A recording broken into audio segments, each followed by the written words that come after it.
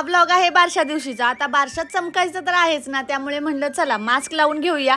पण माझा मास्क मात्र ह्या माझ्या नवऱ्याने लावून घेतला होता। तर आकाश हे लावून बसले होते, तोपर्यंत म्हणलं चला माझी मेहंदी तर तुम्हाला दाखवते। आता माझ्या मेहंदीमध्ये मी पारची आई असं टाकलं होतं। आता बाळाचं नाव तर तुम्हाला सगळ्यांना ऑलरेडी माहिती आहे, पण फक्त संस्कार म्हणून आम्ही त्याचं बारसं घालतोय।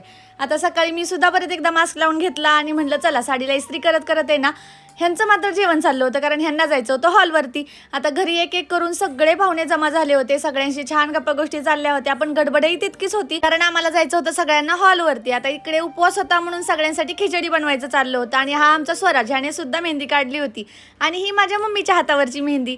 आता माझा मेकअप करायला ना लवकरच स्टार्ट केलं होतं, पण तरी सुद्धा हे करता करता ना मला 2 तास गेले होते। पण मेकअपपेक्षा जास्त तर आहे ना हेअरस्टाईलवरतीच वेळ गेला होता, कारण मला जशी पाहिजे तशी हेअरस्टाईल काय होत नव्हती।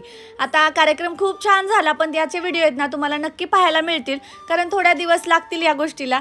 आता सगळेजण जिकडे तिकडे गेले आणि पहाटे मी लवकर आज उठले होते, कारण आहे ना बारशा दिवशी खूप धावपळ झाली, त्यामुळे ना मला रात्रीचीच भूक लागली होती। म्हणून मी आज लवकर आंघोळ करून घेतली आणि माझ्या मम्मीच्या मागे लागले होते, कारण मला पटकन नाश्ता करून दे आणि मला पटकन काहीतरी खाऊ दे, कारण मला खूप भूक लागली आहे। आता हा सगळा राडा इतका पडलाय ना घरामध्ये, याचा सुद्धा नक्कीच व्हिडिओ येईल। भेटूया नेक्स्ट व्लॉगमध्ये, तोपर्यंत बाय।